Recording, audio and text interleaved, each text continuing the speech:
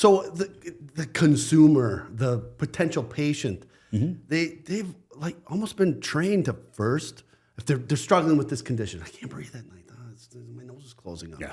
And they're almost trained to first go to the drugstore, the pharmacy. What are my options?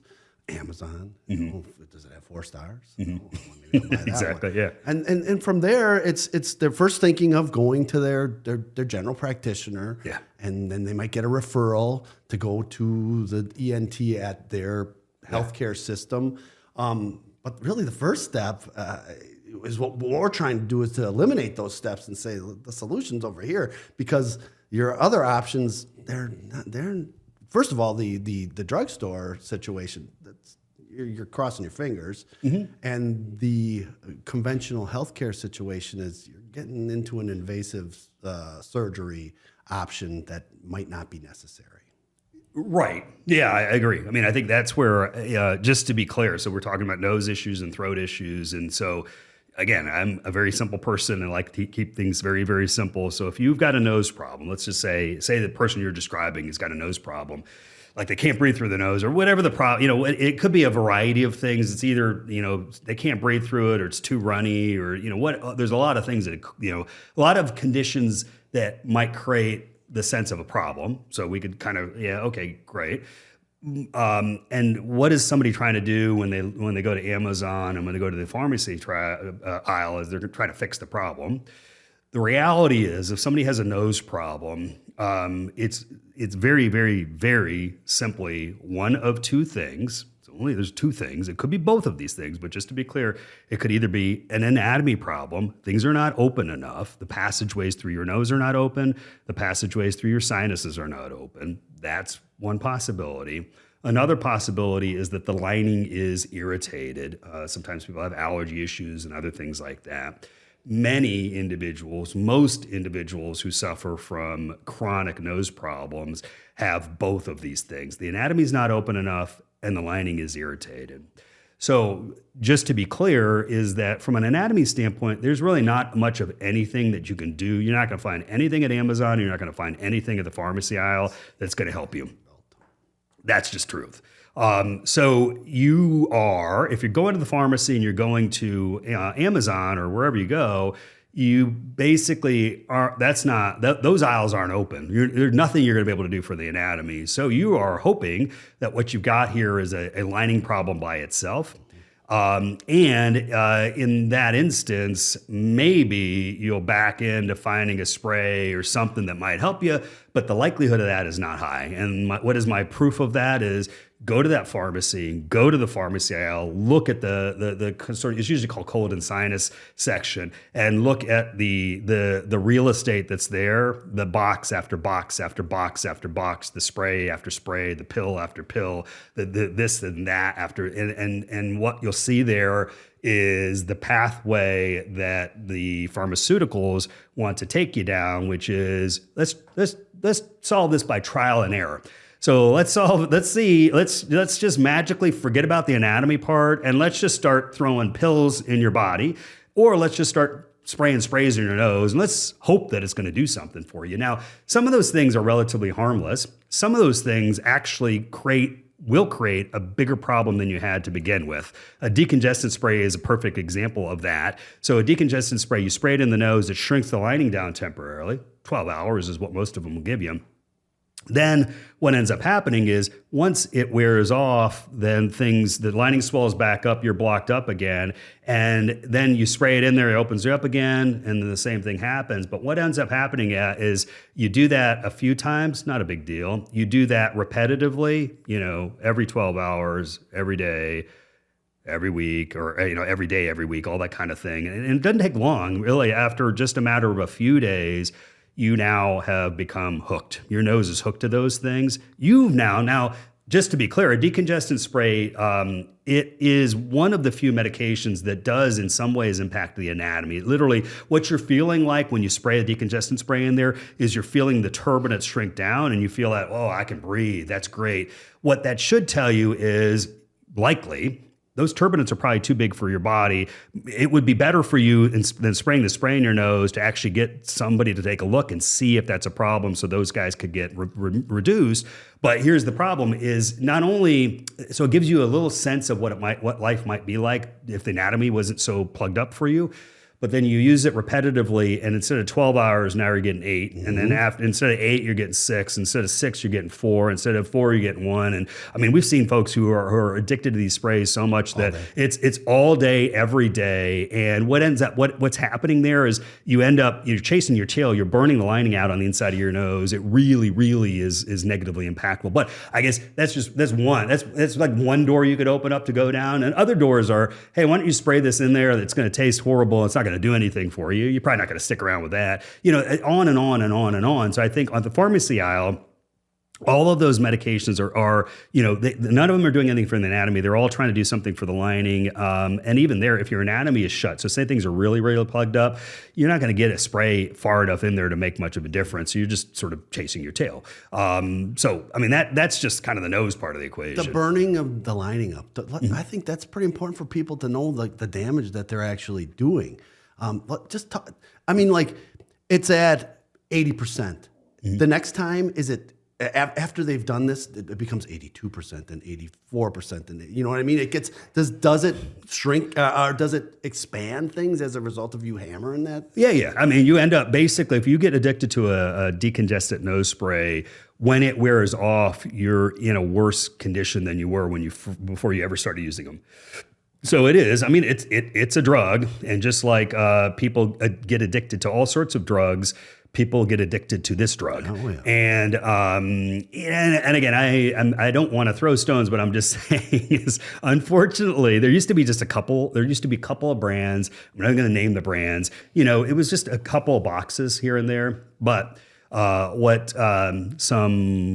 just call them some people recognized was this gets people coming back for more, like anything. New and improved. So what's happened is now when you go to the pharmacy aisle, you'll see other brand names that have put decongestant sprays into. So there are some saline sprays. Saline is just salt water. So saline is harmless. So just to be clear, you could spray saline spray in your nose every second of every day forever, and it's never going to hurt you. It's just like salt water. It's fine.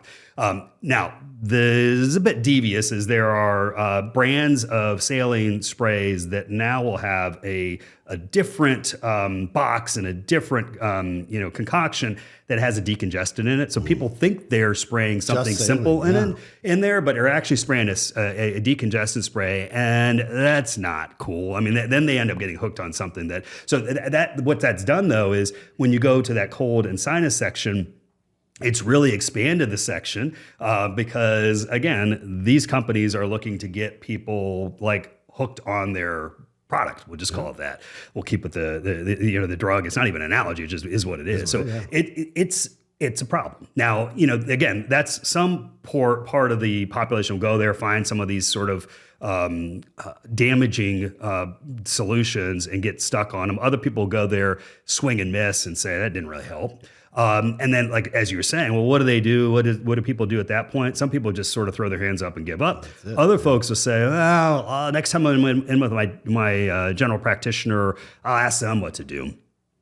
The reality there, and I got nothing against general practitioners at all, but the reality is they do not have no physician, no clinician other than an ENT like me has the tools to truly look into the nose and evaluate. And what they're going to tell you to do, likely, almost assuredly, is, hey, why don't you go to the pharmacy and grab this spray? So there's a couple really common sprays. Now, these aren't the decongestant sprays. No. These are steroid sprays. So these are sprays that are okay to use, but a lot of folks, many folks try them and don't get any benefit off of them. So I guess you're gonna come in, you're gonna say, hey, I got this problem, and they're gonna say, hey, go try this medication. And so what's the bottom line there is, if you can't evaluate the anatomy and you can't treat the anatomy, you're going to put Band-Aids on these situations by having people try medications, whether you think they have any chance of working or not. That's the truth. And the reality is there isn't anybody other than an ENT that can truly impact the anatomy in the nose and the sinuses. So that's the deal. So you can go to the pharmacy, you could go to your primary care doc's office, but it's going to be you're going to get a sort of a circular loop back to that pharmacy aisle. And then then we talked about that. Maybe at that point, maybe if you're lucky, they may say, I don't know what's going on. Why don't you go see an ENT? And that's a whole different, thought process at that point. But that, really the likelihood of somebody finding actual relief at the pharmacy aisle who's suffering with these conditions is very low. It's higher for somebody to get to create a new problem for themselves by getting addicted to one of these sprays than it is for them to find relief by just close your eyes and grab something and hope that it works. So I don't recommend that. And at the end of the day, though, so what are we saying? I mean, I think I said it before, if you've got a nose problem, it's either an anatomy problem, the passageways through your nose are too tight, the passageways through your sinus airways are too tight, or the lining is irritated. And it could be both of those things. Let's not just close our eyes and hope and guess and say, I don't know, we'll hope that this works. Let's see what's going on. Let's determine which of these things are in play, and then let's figure out a game plan that's going to actually work for you by methodically. We'll move the ball forward to make sure that things are working. That's a better way to do it. It's the only way to do it, honestly. When you really are just being honest and just forthright and frank about it, that's the only way to do it. Now, we talked a little bit about going to the ENT. And I'm a proud ENT. I'm a proud board-certified otolaryngologist. That is my specialty. It's not, there aren't many of us around, just to be clear. There's about 350 ENTs who come out of training in this country every year, and they're getting distributed throughout the country. So it's actually relatively hard to get access to an ENT. Most ENTs are employed by hospital systems and sort of big, just kind of standard healthcare practices. And they don't get to see people unless people are sent to them by their colleagues. Mm-hmm. And so what ends up happening is for a normal person who's out in the world, unfortunately, the only way to get access to an ENT and to understanding about what's going on is for them to do what we just said. Hey, go to the pharmacy aisle, try a bunch of things. When that doesn't work, go to your primary care. They'll have you go back to the pharmacy aisle, try a bunch of things. When that doesn't work, go back. And then if you're lucky, then they may say, I don't know, why don't you go see our in-house ENT. That's kind of where we're at in the story. Then you'll go to see their in-house ENT. And then the reality there, and again, I'm not knocking in my colleagues at all, is that it kind of gets to, we talked about it, I think, a little bit in a previous episode, but basically the options that they have to provide solutions for anatomy issues, if you have them, are going to be surgery. It's going to be an operating room. That is where you're going to head, because that's how the system is designed. So you will, though, I think you'll get an understanding about the anatomy situation. So, I mean, there's good that will come out of it. It's just the likelihood of them being able to be able to offer you the option of office-based treatment and give you access to that is almost non-existent. So, just to be clear, ENT is a very small specialty. In the pecking order of a hospital or a multi-specialty group, ENT is it's a surgical specialty, but it's fairly low in the pecking order. So ENT, basically kind of stands in the corner and waits for patients to kind of come to them. And it doesn't make sense for those systems to offer office-based treatments. So my colleagues, my ENT colleagues, I don't know if I'm making sense, but if you're an ENT in a typical practice, your go-to if somebody has an anatomy problem in their nose or sinuses is to take you to the operating room to get those things fixed. That's how they were trained. So forth and so on. So these office-based treatments that existed for 20, 30 years, they don't have access to those service offerings. They don't even necessarily understand them. Yeah. It's not even on their mind. So basically, when they're seeing a patient, when they're evaluating a patient, they're evaluating a patient with I've got medications that are just as frail and feeble as my PCPs, my primary care docs, and the pharmacies. So I could do medications, and I have surgery. So if you've got this nose problem, I got the same medications everybody else does, and I have surgery. And so then they're going to look at you and they're going to think about, is this problem, bad enough to warrant going to surgery? Yeah. They don't even, these office-based treatments aren't even on their radar screen. So just to be clear, they're not doing anything devious. If you yourself don't do something or can't deliver an option, there's a negative inherent bias around those treatments. There just is. So meaning that, for me and with what I do in it for Advent and what we do there is at Advent, just to be clear, from a lining standpoint, we offer every lining treatment that exists. All the medications that exist, we can do. There are actually procedures that can help folks who have lining issues. There are allergy treatments like allergy shots and drops that we can use. We got all of those. From an anatomy side of the equation, we have all of the treatment options that exist. We can offer every effective in-office option that exists, and that's our primary approach. We can go to surgery. If we need to go to surgery, we'll go there and we'll offer all the same options that a traditional ENT will offer. So all of those things are at our disposal.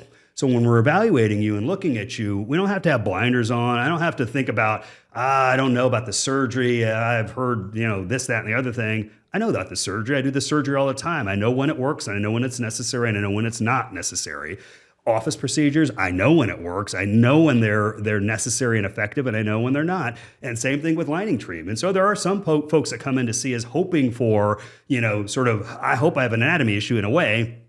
And we look and we say, maybe it isn't. Maybe it is more of a lining issue, and so forth and so on. That's not often. Most of the time when folks come in to see us, they typically are like most people. They have a combination of an anatomy issue and a lining issue, and then we will typically approach that with the office-based approach. And magical things happen. Let me just kind of be clear about this: is when somebody's anatomy is shut and the lining is irritated, or if the anatomy is just shut, a really good magic trick that I can perform or any of our clinicians can perform is taking that anatomy that's shut and doing something very simple in office under local anesthesia to get that open. And magically, all of a sudden, somebody can breathe. Magically, all of a sudden, those sinuses can drain properly. It's not magic. I'm kind of obviously joking around about it. But the other magic that happens is if you got a combination issue, so if the lining is irritated, if the anatomy is shut down in the nose or sinuses and the lining is irritated, and you got both of these problems, if you had to choose one to start your treatment with clarity, the best approach, the right way, how do you play the cards when you're doing this?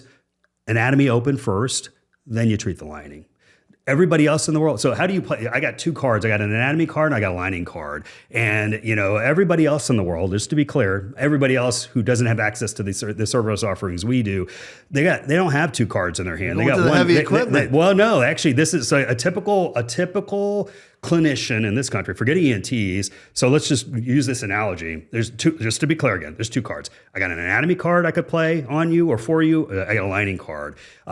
The pharmacy general practitioners, allergists, you name it, the only card they have is the lining card.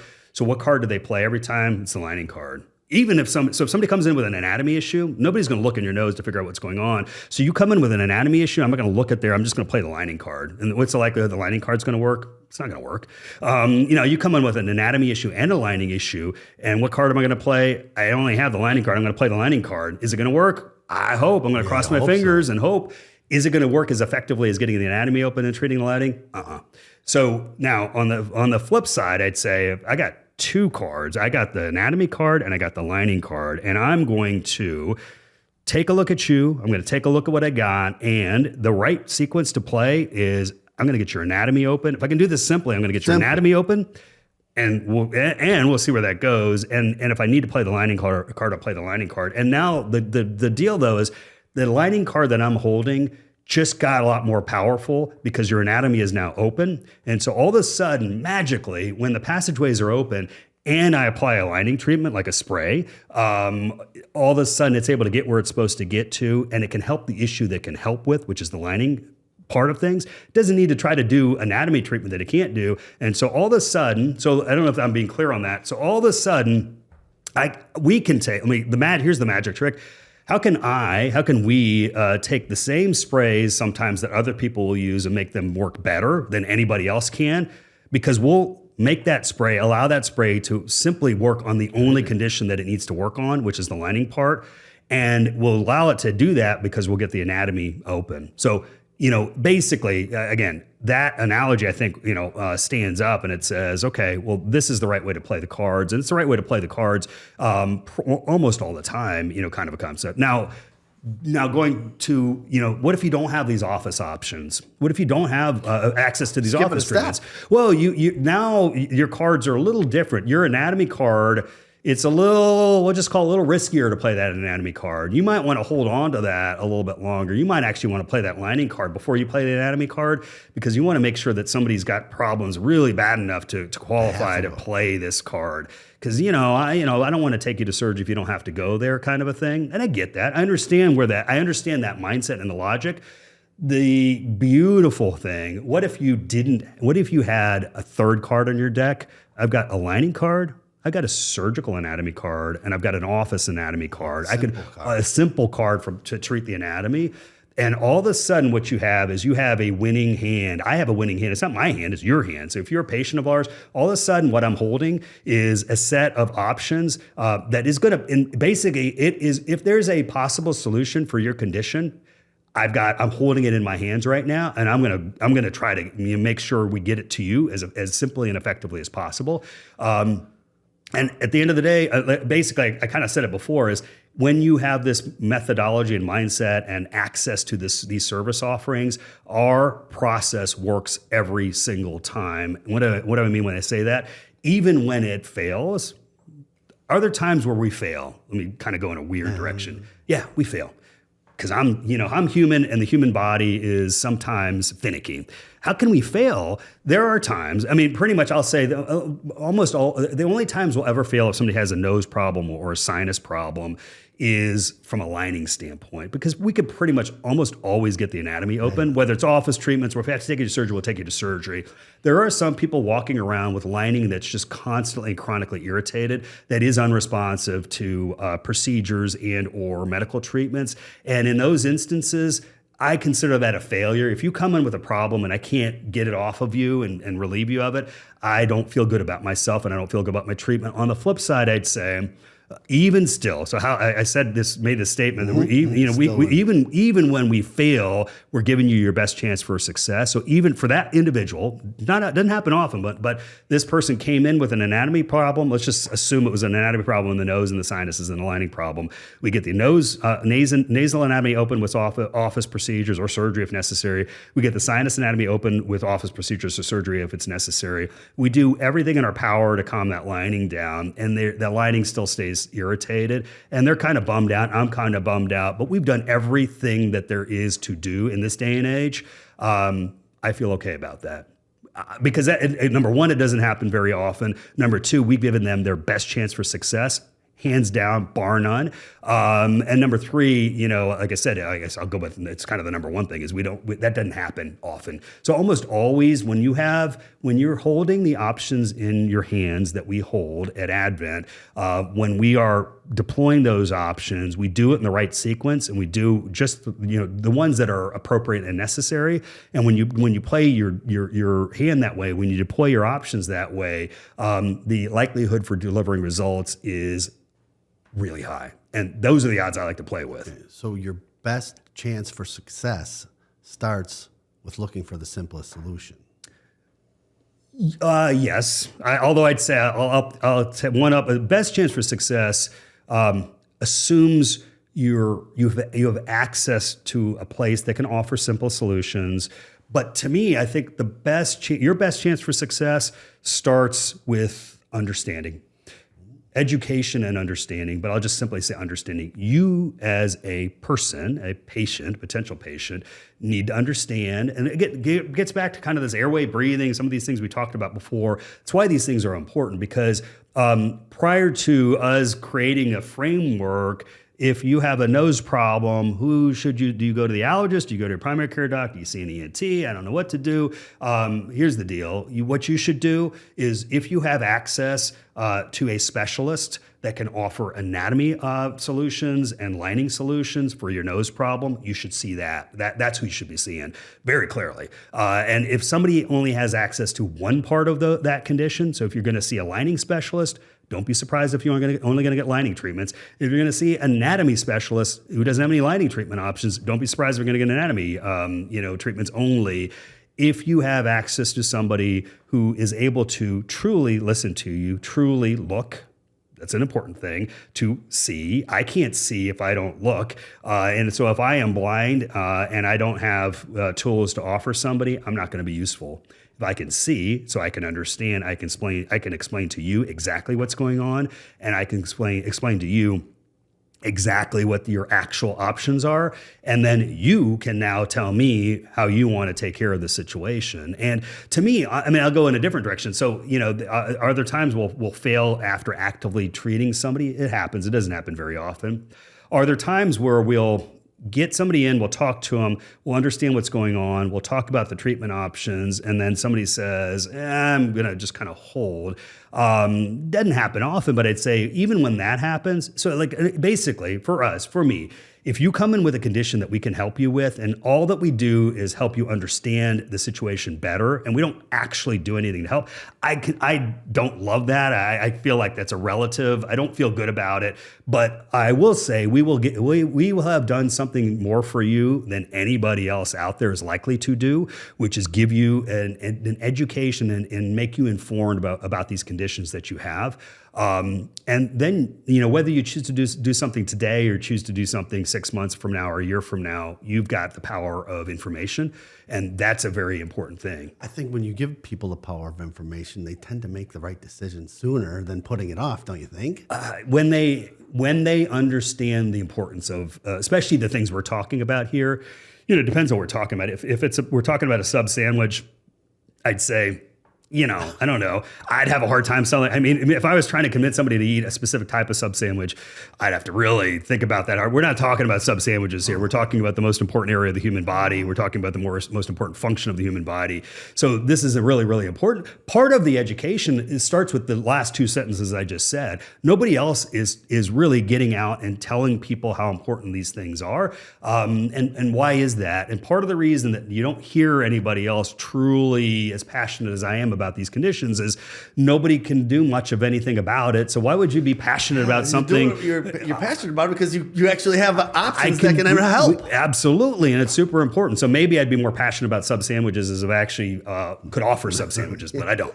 So, and I think if I could offer sub sandwiches, I think I'd still focus on this most important area that I've chosen to focus my life on. Yeah. So, Okay, that's beautiful. The simplest solution, the understanding of what lies around the corner, should you take that next step. Mm-hmm. What does lie around the corner for most of these people? We talked about energy, or they feel better. Sure. They just the overall quality. It's such a ubiquitous term, but quality of life is so important, and it dramatically changes, doesn't it? Yeah, absolutely. I mean, I think every individual has their own unique story about the positive changes that happen after you have an airway that's unlocked. At Advent, we literally, every single employee at Advent, including me, should be able to, at the tip of their tongue, be able to say, what is Advent's why? Why do we exist as an organization? We exist as an organization to unlock the potential of our patients. That's why we exist. So meaning that every single one of our patients who comes in to see us, who's suffering with blockage in the breathing triangle, nose that's blocked, sinuses that are blocked, throat that's blocked, is living a diminished life, is living a life in a relative cage compared to what they're supposed to be living. And our goal, our duty, our job at Advent is to guide them to the solutions to unlock their potential. So for some individuals, so if you're a parent of small children and all of a sudden you can breathe like you're supposed to breathe and sleep like you're supposed to sleep, those individuals will come in and talk about how much more present they are in the care of their small children.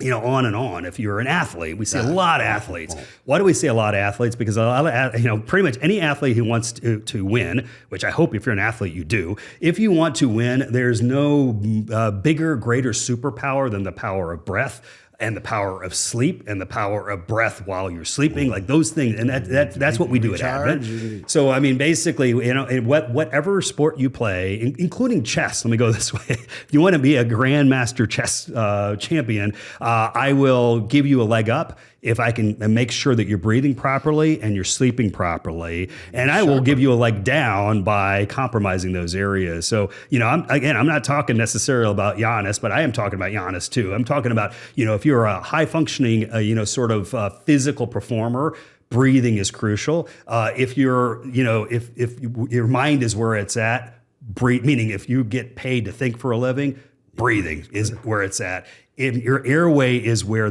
what I'm really truly talking about. So when people talk about breath work, people talk about mindfulness, people talk about, enhanced athletic performance.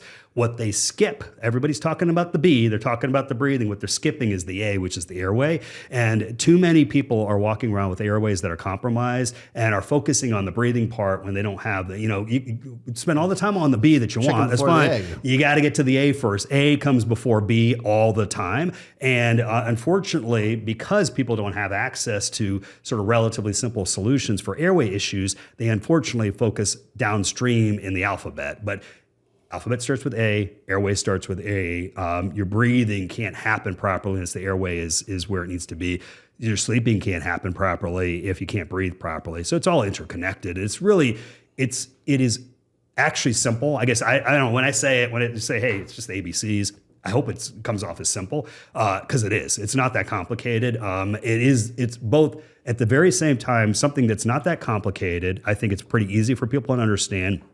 Is also, in my opinion, the most important thing for somebody to understand, and the most important thing that most people can do for the quality of their health and therefore the quality of their life is to make sure that their airway, their upper airway, when I say what do I mean your nose and your throat, your breathing triangle, if you make sure those those areas are functioning properly and optimally, you will do the greatest service for the entirety of your life that you can do. And that's as clear as I can be on it. And it's just truth, straight up.